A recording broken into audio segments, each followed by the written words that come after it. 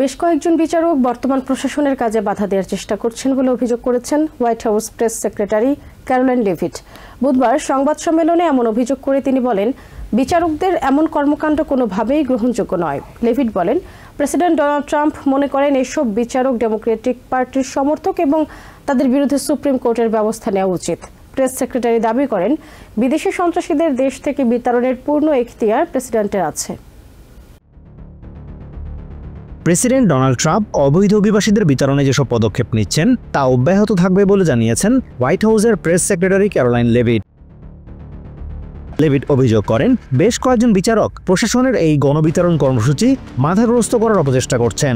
তাদের বিরুদ্ধে ডেমোক্রেটিক পার্টির হয়ে কাজ করার অভিযোগও তোলেন তিনি। লেভিট আরও বলেন, বিচারক জেমস বোসবার্গ একজন ডেমোক্রেটিক সমর্থক, যাকে বারাক ওবামা নিয়োগ দিয়েছেন।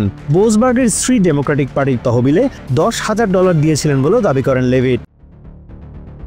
তিনি জানান, এই দলীয় বিচারকদের বিরুদ্ধে সুপ্রিম কোর্টের ব্যবস্থা নেওয়া উচিত বলে মনে করেন প্রেসিডেন্ট ট্রাম্প। লেভিট অভিযোগ করেন, দেশের বিচার বিভাগ প্রেসিডেন্ট ট্রাম্পের নির্বাচনী প্রচারণা নানাভাবে বাধাগ্রস্ত করার চেষ্টা করেছে, এখন তার কাজেও বাধা দিয়ে যাচ্ছে।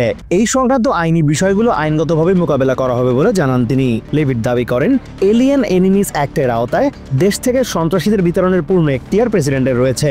গত কয়েকদিনে দেশ জুড়ে আইস, FBI এবং অন্যান্য আইনশৃঙ্খলা রক্ষাকারী বাহিনীর সফল অভিযানের প্রশংসা করেন হোয়াইট হাউস প্রেস সেক্রেটারি। বর্তমান প্রশাসনের নানা সাফল্য তুলে ধরেন লেভিট। দাবি করেন, বাইডেন প্রশাসনের শেষ বছরে মুখ থুবড়ে পড়লেও প্রেসিডেন্ট ট্রাম্প দায়িত্ব নেওয়ার পর ফেব্রুয়ারিতে দেশের উৎপাদন খাতে অভূতপূর্ব উন্নতি হয়েছে।